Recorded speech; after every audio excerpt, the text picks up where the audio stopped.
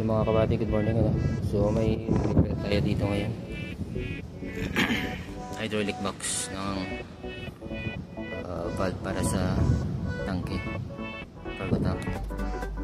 So may leaking kasi itong connector niya. Meron siyang crack sa gilid. Ayan. So papalitan ko ng bago. Tinanggal natin dito, pinisulit mo na yung dalawa para walang supply tsaka return. Tinisulit natin to para walang debris ng pintura o kalawang na pumasok dyan sa oil. Itang bagulog dyan, tapos lang problema yun. So tatanggalin ko lang ito yung sa baba nito.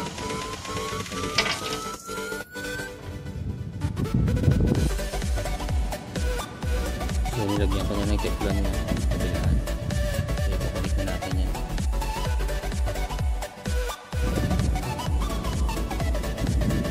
So mga kabady, nakakabit na no.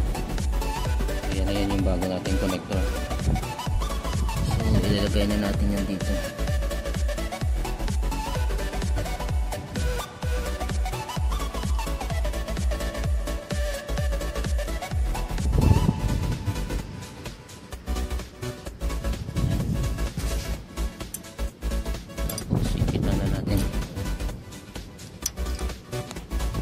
Tapos ito, buksan natin yung valve para makita natin kung tatagas pa o hindi na.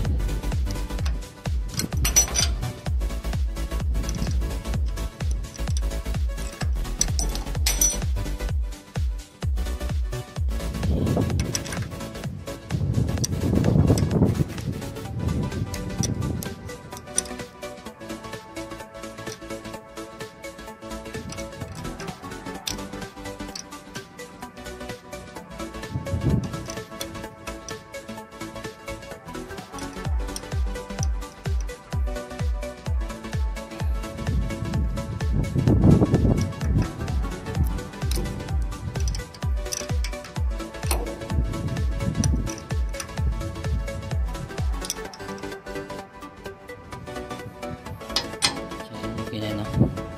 So nasa muna natin yung paligid niya para walang oil.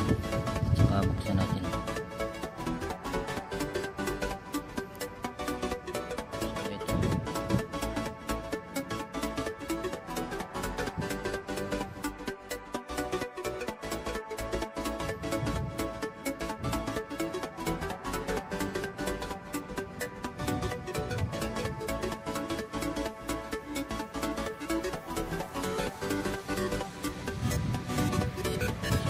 Yung dalawa, observe lang natin kung mayroong tulo dyan sa teflon na nilagay natin.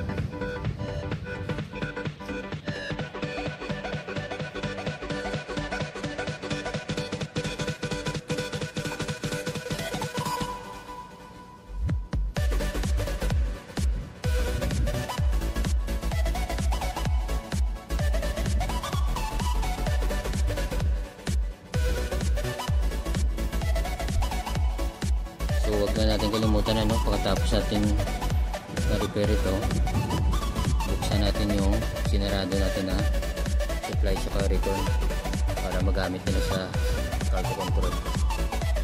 Kung hindi, kahit anumang bukas-sara nila doon, nakakat man dito. So yan. So far okay naman ano, wala naman siyang tagas. So balik natin itong cut niya.